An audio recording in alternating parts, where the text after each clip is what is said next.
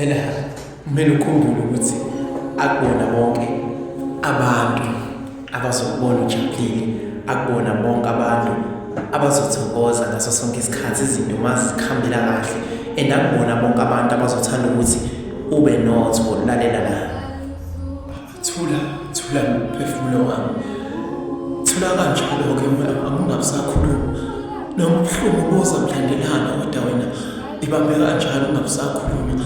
Isithuka asifani kepha ngelinye lamalanga liyofika lelo langa, ilanga lingaziwa umuntu. Lelo langa malanga wonke ahlezi edlula kodwa moya wami ibambe kanjalo-ke. Thula moya wami, thula nawe inhliziyo yami.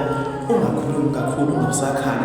Ukukhala ngeke kusasiza ngalutho, kepha uma ngabe ukhala kuyojabula abanye abantu. Sabe siyibamba kanjalo-ke, ibambe, thula kanjalo moya wami. Kwesinye isikhathi kunamanye amalanga ke ubone kahle ukuthi la kufuze ngabe impumelelo sifikile kodwa idlule kanjalo, idlule ngazi ukuthi awukazi uyibonele kude masidlulile.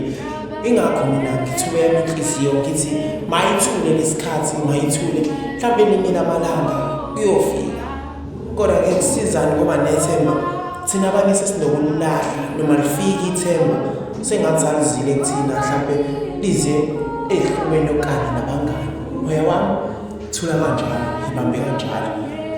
Okubuhlungu kakhulu nothe ukungani mina namhlanje lanazi phela usizi lami olwami olwakhe lakhe, kepha ngelinye lamalanga kunokuvuka kumina ubuhlungu mangabe ngibona yena ngaso sonke isikhathi ezoxoxela ngomndeni wakhe ukuthi bahleli kanjani, kepha wamhlakazekile.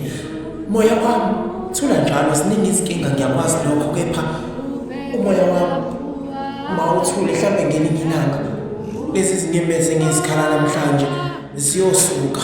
Ingakho mina ngibheke phezulu ngithi moya wami thula kanjalo, nawe umphefumulo wami ibambe kanjalo.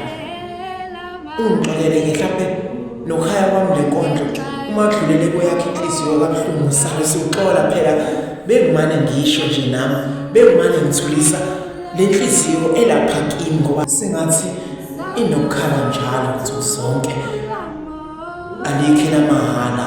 Le nkondlo ibhalwe uNkosi, iphinde yahawe yena uNkosinathi Da Poetry. Ngibonga kakhulu, thula moya wami, thula.